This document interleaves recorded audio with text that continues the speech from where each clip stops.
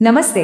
आज के इस एक्सप्लेनर में हम एक बहुत ही खास और प्राचीन यात्रा पर निकलने वाले हैं। हम श्रीमद् भगवद गीता के अद्भुत ज्ञान और इसके गहरे दार्शनिक ढांचों को समझने की कोशिश करेंगे। और यकीन मानिए, ये सिर्फ एक पुरानी किताब नहीं है, बल्कि जीवन को सही दिशा देने और मन की शांति खोजने का एक बेहद सटीक विज्ञान है।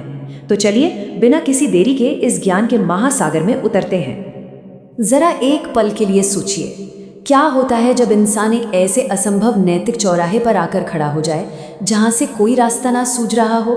एक ऐसी स्थिति जहां हर फैसला एक असहनीय और शून्य कर देने वाले बोझ जैसा लगे।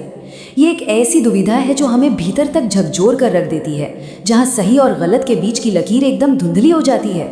हम में से कई लोगों ने अपनी जिंदगी में कभी ना कभी ऐसा महसूस किया होगा, है ना? तो इस 18 अध्यायों वाले विशाल और महान ग्रंथ को आसानी से समझने के लिए हमने इसे 5 मुख्य हिस्सों में बांटा है।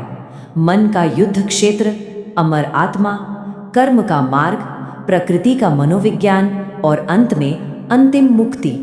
आइए अपनी चर्चा की शुरुआत करते हैं पहले विषय से, मन का युद्ध क्षेत्र। यहीं से इस पूरी कहानी और महान संवाद की नींव रखी जाती है। कुरुक्षेत्र का वो ऐतिहासिक मैदान सिर्फ एक भौतिक जगह नहीं है, बल्कि ये एक बहुत ही पावरफुल सिंबल है।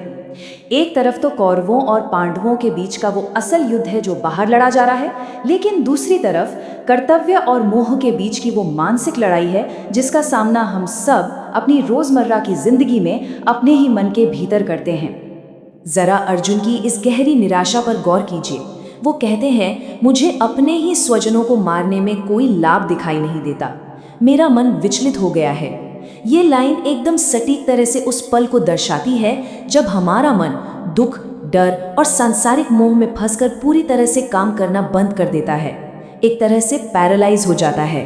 और यहीं से इस तात्कालिक दुविधा से बाहर निकलने के लिए हमारा दूसरा विषय सामने आता है, अमर आत्मा, जो इस पूरे दर्शन का आधार है। तो आखिर ये आत्मा या आत्मन है क्या? ग्रंथ इसे एक शाश्वत और अविनाशी तत्व मानता है जो इस बदलते हुए अस्थायी भौतिक शरीर से बिल्कुल अलग और परे है। यह हमारे इस पल भर के शारीरिक अस्तित्व और एक हमेशा रहने वाली आध्यात्मिक पहचान के बीच बहुत ही स्पष्ट अंतर करता है, और इसके गुण सच में हैरान करने वाले हैं। आत्मा एक ऐसी अजेय ऊर्जा है जिसे ना तो किसी हथियार से काटा जा सकता है, ना आग इसे जला सकती है और ना ही हवा सुखा सकती है। इसे मारा ही नहीं जा सकता। मृत्यु को समझाने के लिए यहाँ जो रूपक इस्तेमाल हुआ है वो कितना सरल है ना। ये बिल्कुल वैसा ही है जैसे हम अपने पुराने कपड़े उतारकर नए कपड़े पहन लेते हैं, बस इतना ही। अब आते हैं तीसरे और शायद हमारे जीवन से सबसे ज्यादा जुड़े हुए विषय पर, कर्म का मार्ग। यहाँ योग का मतलब सिर्फ शारीरिक व्यायाम या आसन नहीं है, बल्कि ये जीवन जीने का एक अनुशासन है। हम जो भी करते हैं उसके पीछे की प्रेरणा क्या है, ये बहुत मायने रखता है। एक तरफ है सकाम कर्म, यानी स्वार्थी परिणामों या लालच से किया गया काम, और वही दूसरी ओर है निष्काम कर्म, यानी अपने काम को पूरी तरह से कर्तव्य मानकर करना, बिना इस बात की चिंता किए कि उसका फल क्या मिलेगा। सच कहूं तो ये दृष्टिकोण जीवन को देखने का पूरा नजरिया ही बदल कर रख देता है। और इसीलिए ये कहा गया है कि सच्ची कुशलता सफलता और विफलता दोनों में समभाव बनाए रखने में है।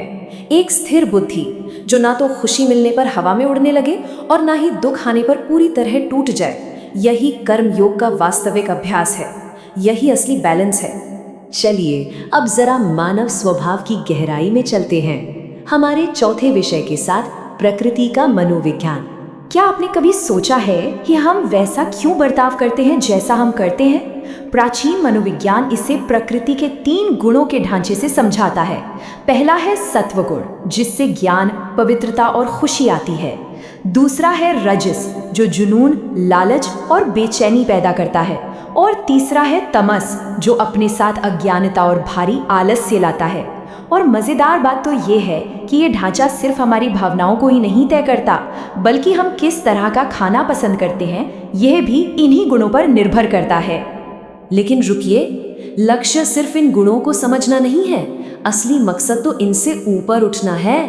चीज़ों को बिना तुरंत प्रतिक्रिया दिए बस ऑब्जर्व करना, हर स्थिति में तटस्थ या न्यूट्रल रहना और अपनी आत्मा में एक पूर्ण स्थिरता खोजना।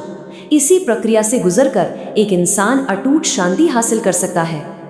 और अब हम पहुंचते हैं इस ज्ञान यात्रा के 5वें और आखिरी पड़ाव पर, अंतिम मुक्ति। ये कोई रातों रात होने वाला जादू नहीं है, बल्कि एक बहुत ही स्पष्ट और प्रोग्रेसिव रास्ता है। इसकी शुरुआत होती है अपनी इंद्रियों पर नियंत्रण पाकर मन को शांत करने से। उसके बाद अपने सभी कार्यों और उनके फलों को उस परम शक्ति या परमात्मा को समर्पित कर देना।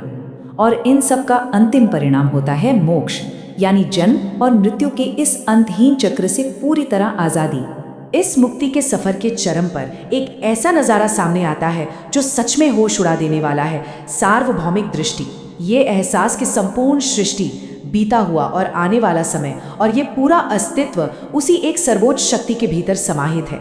जब हम इस विशाल ब्रह्मांडीय सत्य को देखते हैं तो हमारी रोजमर्रा की परेशानियां और संघर्ष कितने छोटे और मामूली लगने लगते हैं, है ना?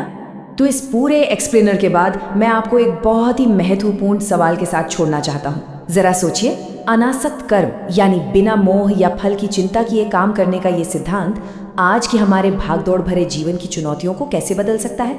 अगर हम इन प्राचीन विचारों को आज के इस तनावपूर्ण और प्रतिस्पर्धी माहौल में लागू करें तो क्या हम वो असीमित शांति पा सकते हैं जिसकी हम सबको तलाश है? इस पर विचार जरूर कीजिएगा। आज के हमारे इस एक्सप्लेनर में जुड़ने के लिए आपका बहुत बहुत धन्यवाद। सीखते रहें और चिंतन करते रहें।